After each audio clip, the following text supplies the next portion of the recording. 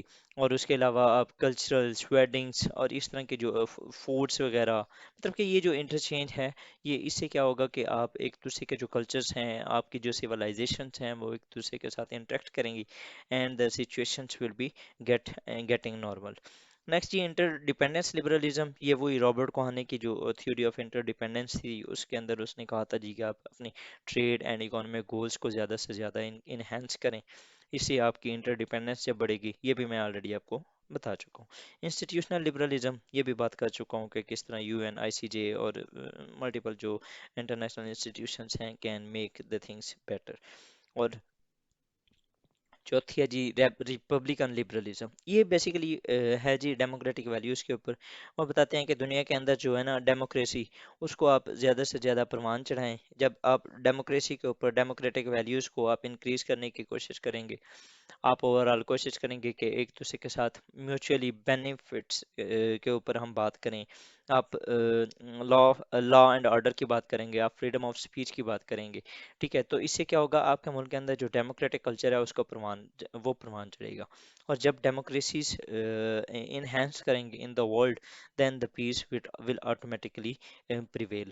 Because یہ جو Republican liberalism ہے اس کے مطابق دنیا کے اندر جو ڈیموکریسیز ہوتی ہیں وہ کم وار کرتی ہیں، مطلب کہ وہ زیادہ وار کے اندر انوالو نہیں ہوتی. تو آپ اگر ملک کے اندر ڈیموکریٹک کلچر کو پریویل کرتے ہو then your country will be less likely to go into the war. Plato نے بھی یہ کہا تھا کہ democracies are less likely to go into war. Next جی اگر ہم بیریئرز دیکھیں کوآپریشن کی تو اس میں بیریئر تین میجر جو بیریئرز ہیں. پہلی ہے فری رائڈنگ. مطلب کہ گیننگ فروٹس بائی برڈننگ ادرس، جس طرح نیٹو ہے، یو ایس ہے اور یورپ ہے، اس کے اندر فری رائڈنگ کے اندر کیا ہوتا ہے جی کہ آپ نا فائدہ حاصل کر رہے ہوتے ہو by aligning with you towards others. Like اگر میں آپ کو اگزامپل دوں تو اس ٹائم جو 27 نیشنز ہیں ای یو کی، وہ یو ایس کے کندھے کے اوپر ہاتھ رکھ کے جہاں پر یو ایس جاتا ہے وہ پیچھے جاتی ہیں. ٹھیک ہے، لیکن اس سے جو فائدہ یو کو ہوتا ہے کس طریقے سے ہوتا ہے جی کہ اس کو پتا ہے میرے ساتھ میرے آگے جو ایک میرا as a Big Brother like come father type انسان پھر رہا ہے، وہ جب بھی کوئی مسئلہ آئے گا تو وہ مجھے اس مسئلے سے بچا لے گا. ٹھیک ہے، یہ اس کو کہتے ہیں جی فری رائڈنگ. لیکن وہ پچھلے دنوں جب آپ کو یاد بھی ہوگا جب ٹرمپ آیا تھا تو اس نے یہ کہا تھا کہ ہم نیٹو کے اوپر نیٹو کو چاہیے کہ وہ زیادہ سے زیادہ کوآپریٹ کرے، وہ پیسے دے زیادہ، وہ اپنی جو کنٹریبیوشن ہے اس کو بڑھائے، because he was concerned about the free riding of Europe with U S. ٹھیک ہے، تو نیکسٹ ہی اگر دیکھیں تو زیرو سم گیم، اس میں یہ ہوتا ہے کہ gain of one and lose to other. اب اگر اس کی آپ کو میں اگزامپل دوں تو پاکستان یو ایس ریلیشنز بہت ہی کلیئر کٹ اگزامپلس ہیں. آپ ہمیشہ دیکھ لیں کہ ایک بندے کا نقصان ہوا ہے اور دوسرے کا فائدہ ہوا ہے. آپ وار آن ٹیرر کو دیکھ لیں، یو ایس کی اگر اکانومی کے اس کا کچھ یہاں پر لگا بھی ہے تو اس کی اتنی بڑی اکانومی ہے اس کو اتنا زیادہ فرق نہیں پڑتا، لیکن آپ کو نقصان ہمیشہ پاکستان کو ہوتا ہوا نظر آئے گا. U two incident, US کو فائدہ ہوا، پاکستان کو نقصان ہوا. Soviet Afghan war, US کو فائدہ ہوا، یو ایس ایس آر ٹوٹ گیا، پاکستان کو نقصان ہوا. آج تک ہم ریڈیکلائزیشن اور وہ سیکٹرینزم سے بھگت رہے ہیں. 9/11 وار آن ٹیرر، یو ایس کو فائدہ ہوا، اس نے ٹیررزم کو تباہ کر دیا. آج تک 9/11 بلکہ اس کی سیویرٹی کا جو 9/11 جتنا سیویئر تھا اس سے ہاف کا بھی کبھی آج تک ٹیرر اٹیک نہیں ہوا یو ایس کے اندر، لیکن پاکستان کے اندر ڈیلی بیسس پہ ہو رہے ہیں. تو بیسیکلی یہ اگر دیکھا جائے پاکستان کا جو الائنس تھا in these major 3 wars, cold wars, Soviet Afghan war and 9/11، ان تینوں وارز کے اندر پاکستان اینڈ یو ایس کا جو الائنس تھا وہ ایک زیرو سم گیم تھی، جس کے اندر zero for Pakistan, some for USA. Next جی گیم تھیوری اور پریزنر ڈائلما، یہ ایک بہت اچھا کنسیپٹ ہے. Some sort of lack of interest, اور جو انٹرسٹ نہیں کہتا، سوری یہ ٹرسٹ ہے، لیک آف ٹرسٹ ہے، ٹرسٹ ڈیفیسٹ کی بات کر رہا ہوں. اس میں نا پریزنر ڈائلما کی بات یہ ہوتی ہے، یہ نا اگر فار ایگزامپل میں آپ کو ایک ایگزامپل دوں کہ نا دو لڑکے ہیں اور وہ واردات کرتے ہوئے پکڑے گئے ہیں، وہ کہیں پر چوری کر رہے تھے اینڈ وہ پکڑے گئے ہیں. اب ان کو نا جب پولیس والا آتا ہے اور وہ ان کو نا دو الگ الگ رومس میں بٹھا دیتا ہے. ٹھیک ہے، ایک کو روم اے میں چلا جاتا ہے. اس کو میں ایگزامپل دوں تو میں تھوڑا سا اس کو ڈرائنگ کو یوز کرتے ہوئے بنا دیتا ہوں. مطلب کہ دو لوگ ہیں، ایک اے ہے اور ایک بی ہے. ٹھیک ہے، دونوں چوری کر رہے تھے، دونوں پکڑے گئے. اب جو پولیس والا آتا ہے وہ اس کو نا اے کو بٹھا دیتا ہے اس روم میں، اور بی کو بٹھا دیتا ہے اس روم میں. ٹھیک ہے، اس کو کہتے ہیں جی ایکس اور اس کو کہتے ہیں وائی. ٹھیک ہے، اب آ، جو پولیس والا ہے نا ان کے ساتھ الگ الگ ٹائم میں الگ الگ جو ان سے انویسٹیگیشن کرتا ہے. ٹھیک ہے، اب اگر فار ایگزامپل اس سے پوچھا جائے کہ تم نے چوری کیوں کی، ٹھیک ہے، اور کس وجہ سے کی، تو اس کے ذہن میں یہ خیال آ سکتا ہے کہ کہیں یہ بتا نہ دے اس کو. ٹھیک ہے، اور اگر جو یہ پولیس والا ہے یہ اس کو کہتا ہے کہ اگر آپ بتا دو گے نا تو میں آپ کو چھوڑ دوں گا اور اس کو پکڑوں گا، اور اس کو بھی آ کے بتاتا ہے کہ اگر آپ بتا دو گے تو میں آپ کو چھوڑ دوں گا اور اس کو پکڑ لوں گا. اب اس کے مائنڈ میں یہ آتا ہے کہ کہیں یہ نہ بتا دے بی کو اس کو، اور اس کے مائنڈ میں یہ آتا ہے کہ یہ نہ بتا دے. ٹھیک ہے، تو وہ جو دونوں ایک دوسرے کے اوپر ٹرسٹ ڈیفیسٹ ہو جاتا ہے کہ اگر فار ایگزامپل اس نے بتا دیا تو میرا کیا ہوگا، یا یہ کہتا ہے کہ اگر اس نے بتا دیا تو میرا کیا ہوگا. تو ان کی وجہ سے نا وہ جو پولیس والا ہے جب ان کو کنفیوز کرتا ہے تو یہ دونوں چیزیں نا یہ بتا دیتے ہیں. ان دونوں کے درمیان جو ٹرسٹ ڈیفیسٹ کی بات کر رہے ہیں نا اس کو کہتے ہیں پرزنرز ڈائلیما. مطلب کہ اب اگر فار ایگزامپل پاکستان اور انڈیا کی بات کی جائے تو پاکستان یہ کہتا ہے کہ اگر میں پیس کے لیے کچھ محنت کرتا بھی ہوں اور اگر اگلا بندہ نہ کرے پھر یا انڈیا کہتا ہے نہیں جی، میں ان کے ساتھ کئی بار کوشش کر رہا ہوں بات کرنے کی، اور میں نے کارگل کے دوران بھی بات کرنے کی کوشش کی تھی، ہماری اچھی خاصی بات ہو رہی تھی، لیکن اس کے دوران پھر پاکستان نے نہ یہ کوئی مسئلہ کریٹ کر دیا تھا۔ پاکستان کہتا ہے جی میں نے ملٹیپل ٹائمز، جب بھی نیا کوئی گورنمنٹ آتی ہے جب بھی، تو ہم نے میکسیمم کوشش کی ہے ان کے ساتھ ہم نے بات کرنے کی، لیکن یہ بات کرنے کو تیار ہی نہیں ہوتے۔ ہم نے ان کو کہا ہے کہ ہم کشمیر کے اوپر ہم ڈسکس کرنے کو تیار ہیں، لیکن یہ ہمارے ساتھ بیٹھتے ہی نہیں ہیں، یہ ہمیں دھمکیاں دیتے ہیں۔ ٹھیک ہے، تو یہ جو ایک ٹرسٹ ڈیفیسٹ کی بات ہے، اس کو کہتے ہیں پرزنرز ڈائلیما۔ اس کے ساتھ ہی جی آج کا جو لیکچر ہے اس کو ہم ختم کرتے ہیں۔ جو نیکسٹ چیلنجز ہیں اور ریفارمز ہیں یہ ہم انشاءاللہ تعالیٰ اپنی اگلی ویڈیو میں دیکھتے ہیں۔ Till then I would like to thank you for watching my video. اللہ حافظ۔